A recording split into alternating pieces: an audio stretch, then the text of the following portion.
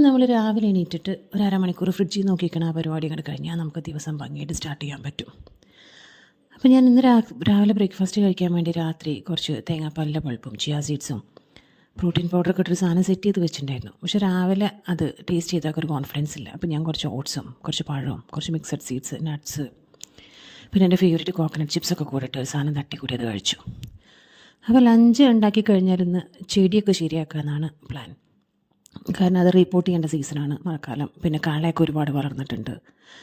അപ്പം ഞാൻ സത്യം പറഞ്ഞൊരു 3 ആഴ്ച മുന്നേ ഈ പണി ഇങ്ങനെ മഴ കാരണം മുടങ്ങിപ്പോകാതിരിക്കാൻ വേണ്ടിയിട്ട് കുറേ ചെടിയൊക്കെ എറാലിക്കൽ കയറ്റി വെച്ചിട്ടുണ്ടായിരുന്നു. അപ്പം ആ എറാലിക്ക് കയറ്റി വെച്ചൊക്കെ റിപ്പോർട്ടിങ് പോയിട്ട് അത് മഴക്കാലത്ത് വെള്ളം പോലും കിട്ടാൻ ഉണങ്ങാൻ തുടങ്ങിയിട്ടുണ്ട്. അപ്പോൾ ഇന്ന് എങ്ങനെയും അതൊക്കെ ഒന്ന് സെറ്റ് ചെയ്യണം. പിന്നെ ലഞ്ച് കഴിക്കലും ഭംഗിയായിട്ട് കഴിഞ്ഞു. പക്ഷേ മുറ്റത്തേക്ക് ഇറങ്ങാനായിട്ടൊരു മടി.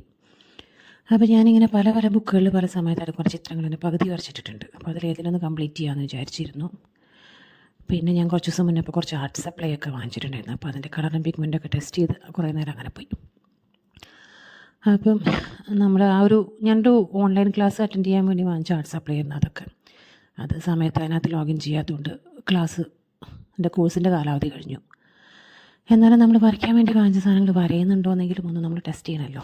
അപ്പം അങ്ങനെ ഇന്നത്തെ ദിവസം ഭംഗിയായിട്ട് കഴിഞ്ഞു.